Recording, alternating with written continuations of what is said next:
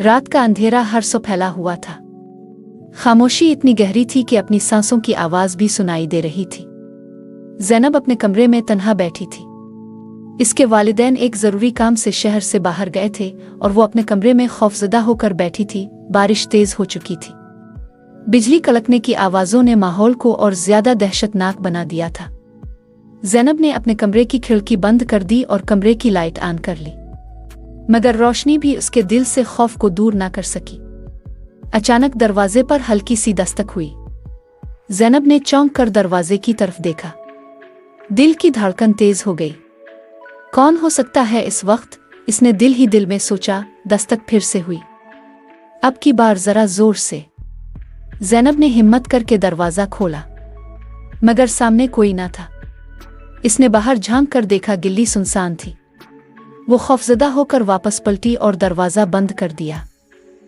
अभी वो दरवाजा बंद कर ही रही थी कि इसे किचन से बर्तन गिरने की आवाज आई। ज़ैनब के रूंगटे खड़े हो गए। वो लरसते कदमों के साथ किचन की तरफ बढ़ी।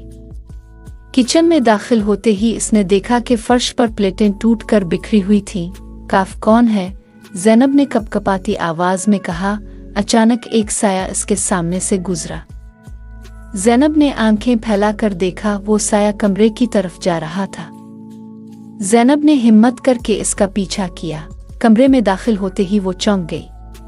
एक अजीब और गरीब शक्ल का शख्स आईने के सामने खड़ा था। इसका चेहरा हल्का सा झुका हुआ था और उसकी आंखें सुर्ख हो चुकी थीं। ज़ैनब की सांसें रुक गईं। तुम कौन हो? ज़ैनब ने चीखते हुए कहा। वो शख्स आहिस्ता आहिस्ता ज़ैनब की तरफ बढ़ने लगा। ज़ैनब पीछे हटने लगी। इसने दरवाजे की तरफ भागने की कोशिश की, मगर इस शख्स ने इसका हाथ पकड़ लिया। ज़ैनब ने जोर से चीख मारी। इसकी आखिरी चीख पूरे घर में गूंज उठी। सुबह जब ज़ैनब के वालिदैन घर पहुंचे तो उन्होंने देखा कि ज़ैनब अपने कमरे के फर्श पर बेहोश पड़ी थी। इसके हाथ पर अजीब और गरीब निशान थे, जैसे किसी ने इसे जबरदस्ती पकड़ा हो, मगर कमरे में और कोई न था।